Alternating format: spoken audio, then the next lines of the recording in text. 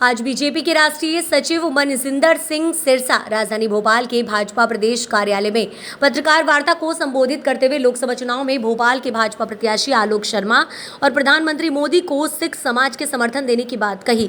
साथ ही कांग्रेस और पूर्व मुख्यमंत्री कमलनाथ पर सिख दंगों को लेकर आरोप लगाते हुए कहा कि 1984 के सिख दंगों में कत्लेआम में कमलनाथ का बड़ा हाथ था, बाकी के लोग भी छिंदवाड़ा के ही थे। बेकसूर सिखों का कत्ल करने वालों के खिलाफ मोदी के नेतृत्व में कार्यवाही हुई थी। तीसरी बार देश के पीएम मोदी जी बनेंगे। आलोक शर्मा ने केवल भारी मार्जिन से जीते, बल्कि सिखों का भी वोट करके उनके साथ लेकर दिल्ली जाएं। एक तरफ मोदी जी जो नेशन फर्स्ट की बात करते हैं, दूसरी तरफ गांधी परिवार है जो राम का नाम भी केवल फायदे के लिए ही लेता है।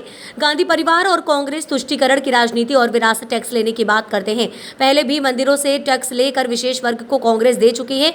केवल पंजाब में 1980 से 97 तक कांग्रेस ने 1 लाख से ज्यादा सिखों को मरवाया। इसके अलावा पूर्व प्रधानमंत्री राजीव गांधी पर सिख दंगों को लेकर कई गंभीर आरोप भी लगाए।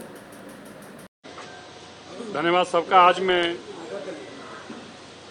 खास तौर पर भोपाल में भारतीय जनता पार्टी के हमारे यहाँ के कैंडिडेट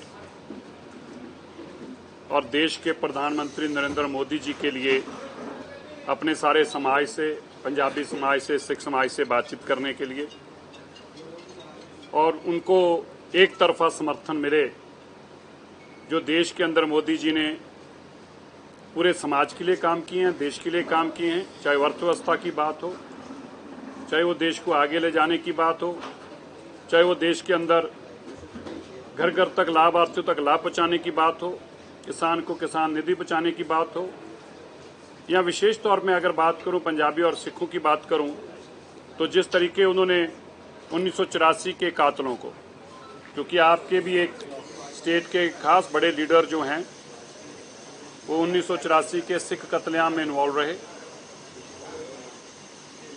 और उनका बहुत बड़ा हाथ रहा कमलनाथ का, जो गुरुद्वारा रकाबगंज साहब दिल्ली में था, उसके ऊपर हमला करना और 2 बेकसूर सिखों को वहां जिंदा जलाना।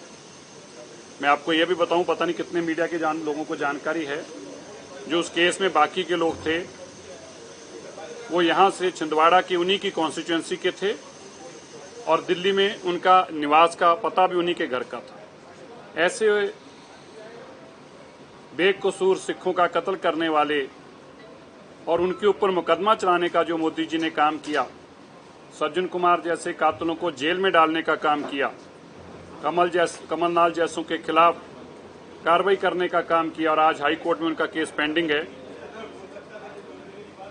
देश के अंदर यहां इतिहास पढ़ाया जाता था औरंगजेब का, किताबों में इतिहास पढ़ाया जाता था अकबर का, बाबर का।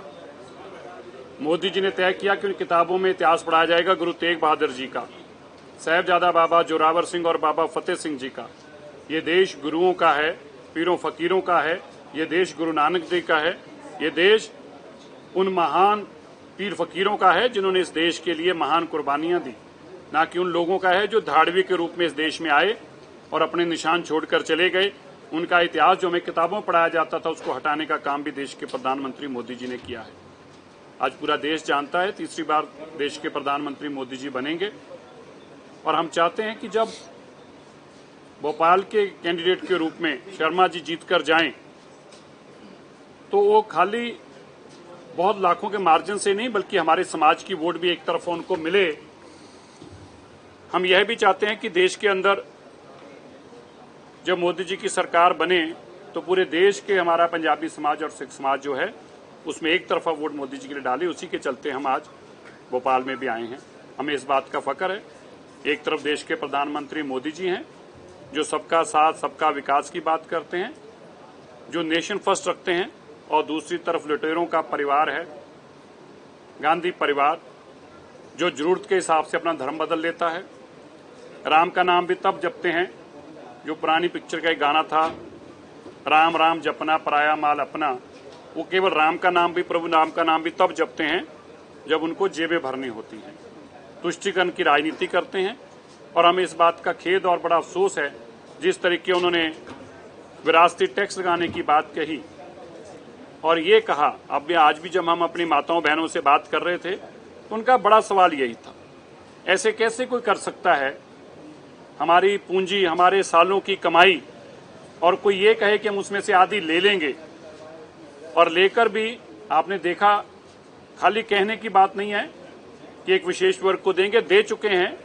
कर्नाटका में आपने देखा किस तरीके से वहां की सरकार जो मंदिरों पे टैक्स लगाया उसको खर्चने के लिए एक विशेष वर्ग के ऊपर खर्च कर रही है। इसलिए हम चाहते हैं इस देश का विकास हो, सबका साथ हो, लेकिन जो तुष्टीकरण की राजनीति है, और तुष्टीकरण की राजनीति इस हद तक हो गई है कि आप पे विरासती टैक्स लगाकर आपके आधे पैसे छीन लिए जाएंगे, ये कोई देश का, कोई भी भारत का नागरिक ऐसा ना होने देगा, ना ऐसा हो सकता है।